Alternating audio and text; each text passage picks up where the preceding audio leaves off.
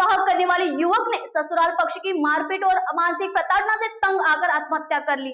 आत्महत्या से पहले युवक ने एक भावुक वीडियो में अपनी आपबीती बताई और पत्नी साले सही ससुराल जनों पर गंभीर आरोप लगाए। पुलिस ने 2 लोगों को हिरासत में लेकर जांच शुरू कर दी है। हलफनामे में कहा गया है कि सावरकर सदन को विरासत सूची में शामिल करने का प्रस्ताव था और इस पर विचार भी किया गया था।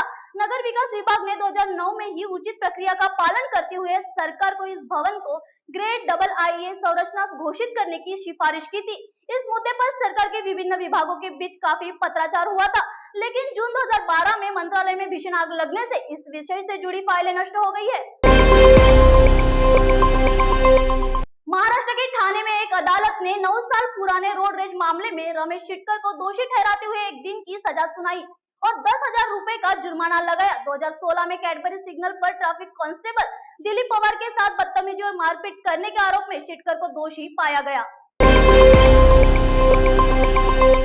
राष्ट्रीय स्वयंसेवक संघ RSS प्रमुख मोहन भागवत ने कहा कि धर्म सत्य और पवित्र कार्य है। धर्म का पालन करने से समाज में शांति बनाए रखने में मदद मिलती है और संकट के समय में साहस मिलता है।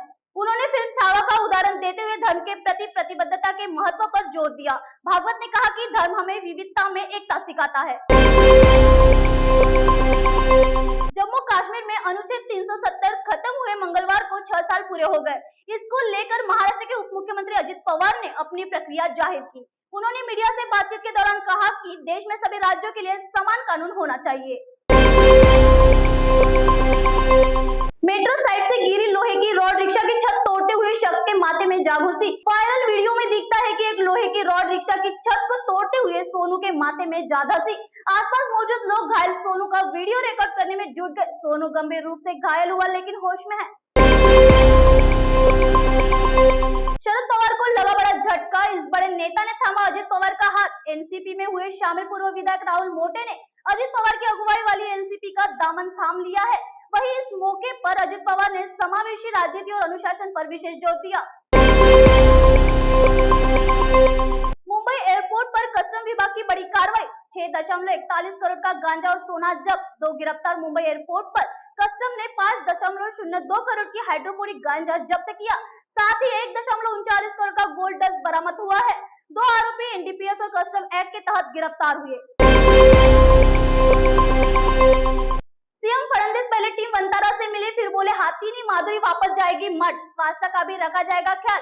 सुप्रीम कोर्ट के आदेश पर हाथीनी माधुरी और महादेवी को वंतारा भेजा गया था। महाराष्ट्र के सीएम देवेंद्र फडणवीस ने कहा कि सुप्रीम कोर्ट में याचिका लगाकर हाथीनी को कोल्हापुर भेजने का अनुरोध किया जाएगा। वहां उसके पुनर्वास का भी ध्यान रखा जाएगा। 20 साल में 24 ट्रांसफर, गजब है। IAS तुकाराम मुंडे की कहानी। कड़क तेवर कड़े फैसलों के लिए मशहूर IAS तुकाराम मुंडे की पहचान एक ऐसे अफसर के रूप में हो रही है जहां वे कड़े फैसलों के लिए जाने जाते हैं। यही वजह है कि 20 साल में 24 बार उनका ट्रांसफर किया जा चुका है और उनकी ये कहानी जबरदस्त है। ऐसे ही महाराष्ट्र से जुड़ी बड़ी खबरों के लिए बने रहिए न्यूज एक्सप्रेस के साथ।